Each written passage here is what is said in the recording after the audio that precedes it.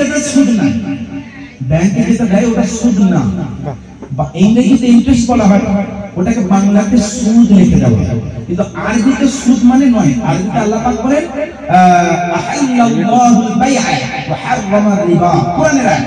আল্লাহ ক্রয় বিক্রয়কে হালাল করেছেন আর রিবাকে হারাম করেছেন। কাকে? রিবা। রিবা শব্দটা গভীর অর্থ রাখে। রিবা মানে হচ্ছে অবশিষ্ট, রিবা মানে বেশি, যেটা বৃদ্ধি পেয়েছে। রিবা অনেক ভাবে হয়। তো রিবা মানে হচ্ছে বাংলাতে সুদ, কিন্তু বাংলাতে যে কোনো বিষয়কে সুদ বলে দেওয়া হয়। রিবার জন্য অনেক শর্ত আছে, যে শর্তটা আমাদের ভারতের ব্যাংকে লাগু হয় না। ভারতের ব্যাংকের পরিচালনা করে অমুসলিমরা।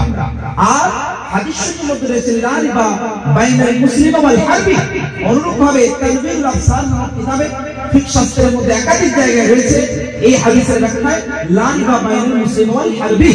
ভারতের যে অমুসলিম তারা হচ্ছে হারবি কাফের, আর তাদের পরিচালিত ব্যাংকে যে অতিরিক্ত পয়সাটা দেয় ওটা ইন্টারেস্ট হতে পারে, কিন্তু ওটা রিবা নয়। বাংলাতে যদিও সুদ বলা হয়, আরবি যে রিবা ওটা হারাম, ওই রিবাটা এর উপরে লাগু হয় না।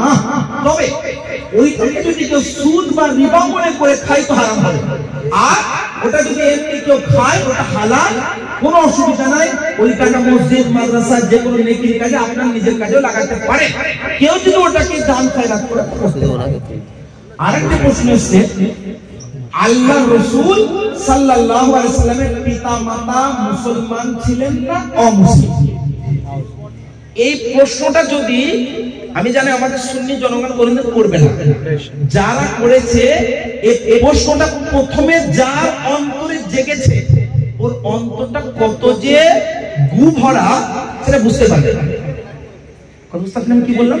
মানে কোন বিষয়ে মানুষের খারাপ খারাপ চিন্তাধারা কখন আসে? খারাপ চিন্তাধারা মানুষ যদি আলেমদের পাশে থাকে তার মুভি দেখা, সিনেমা দেখা, এইসব চিন্তাধারা থাকবে।